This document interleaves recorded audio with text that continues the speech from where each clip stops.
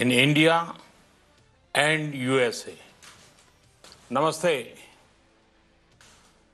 It is wonderful to see US, ISPF bring together a diverse range of people for the US-India Summit 2020. The work of the US ISPF is bringing India and USA closer is commendable. I have known John Chambers for many years now. His affection towards India is very, very strong. A few years ago, he was awarded the Padma Shri honor. Friends, the theme of this year is a relevant one, navigating new challenges. When the year 2020 began, did anybody imagine this is how it would pan out? A global pandemic has impacted everyone. It is testing our resilience, our public health systems, our economic systems. The current situation demands a fresh mindset. A mindset where the approach to development is human-centric, where there is a spirit of cooperation between everyone. Friends, while looking at the way ahead, we should keep our focus on ramping up our capacities, securing the poor, future-proofing our citizens. This is the path India is taking. India was among the first in creating a responsive system of lockdowns. India was among the first to advocate the use of masks and face covering as a public health measure.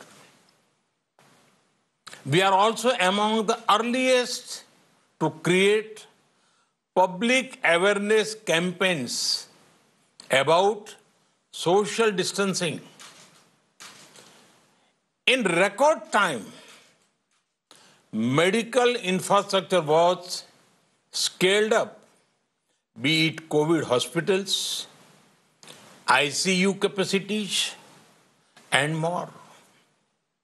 Starting from one testing lab in January, we now have around 1,600 labs across the country. The outcome of these efforts has been that a country with 1.3 billion people and limited resources has one of the lowest death rates per million in the world. The recovery rate is also steadily rising. I'm happy that our business community, in particular small business, been proactive. From almost nothing, they made us the second largest PPE kit manufacturers in the world. This is in line with India's spirit of challenging the challenge to emerge stronger. In the last few months, the nation has battled COVID and other natural crises such as floods, 2 cyclones, locust attack. But it has only made the people's resolve stronger. Friends, through the entire COVID-19 period and the lockdown, the government of India was clear on one thing: the poor have to be protected. The Pradhan Mantri Garib Kalyan Yojana for India's poor is among the largest support system seen anywhere globally. Free food grain is being provided to 800 million people. This scheme operates for 8 months. 800 million people means more than double of USA's population. Free cooking gas is being provided to around 80 million families. Cash support has been provided to around 345 million farmers and needy people. The scheme has given much needed employment for migrant workers by creating almost 200 million percentage of work.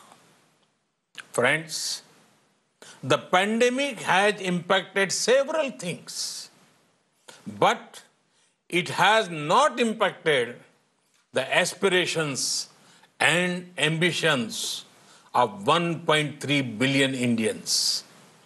In the recent months, there have been far-reaching reforms. These are making business easier and red tapeism lesser. Work is actively underway on the world's largest housing program. The renewable energy infrastructure is being expanded. Rail, road, and air connectivity is being boosted. Our country is creating a unique digital model to build our national digital health mission. We are using the best of fintech to provide banking credit, digital payments, and insurance to millions. All these initiatives are being taken using world-class technology and global best practices. Friends, this pandemic has also shown the world that the decision on developing global supply chains should be based on not only on costs, they should also be based on trust, along with affordability of geography. Companies are now also looking for reliability and policy stability. India is the location which has all of these qualities. As a result, India is also becoming one of the leading attractions for foreign investment. Be it America or the Gulf, be it Europe or Australia, the world believes in us. We have received over $20 billion of foreign investment flows during this year. Google, Amazon, and Mubadala Investment have announced long-term plans for India. Friends, India offers a transparent and predictable tax regime. Our system encourages and supports honest taxpayers.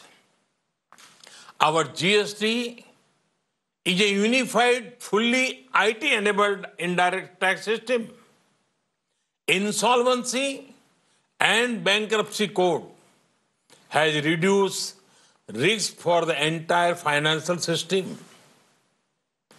Our comprehensive labor reforms will reduce compliance burden for employers.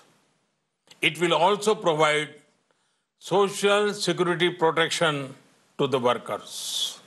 Friends, the importance of investment in driving growth cannot be overstated, and we are tackling both demand and supply side of it. By making India one of the lowest tax destinations in the world and with further incentives for new manufacturing units, mandatory e-platform based faceless assessment will go a long way in helping citizens. So, will the taxpayer charter? The continued regulatory reforms in bond markets ensure improved ease of access for investors. There are tax exemptions to sovereign wealth funds and pension funds for infrastructure investment. FDI into India rose by 20% in 2019. This when global FDI inflows fell by 1%. This shows the success of our FDI regime.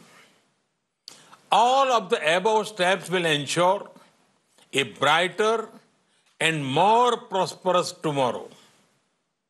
They will also contribute to a stronger global economy.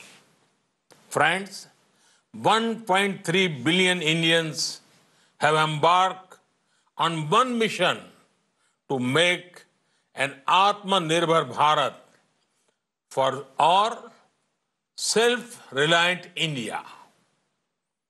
Atmanirbhar Bharat merges the local with global. It ensures India's strengths act as a global force multiplier. Time and again, India has shown that our goal is global good. Despite our large local needs, we did not shy away from our global responsibility. The responsibility of being the world's leading producer of generic medicines. We ensured constant supplies to the world. We are also at the forefront of research on the vaccine for COVID-19. A self-reliant and peaceful India ensures a better world.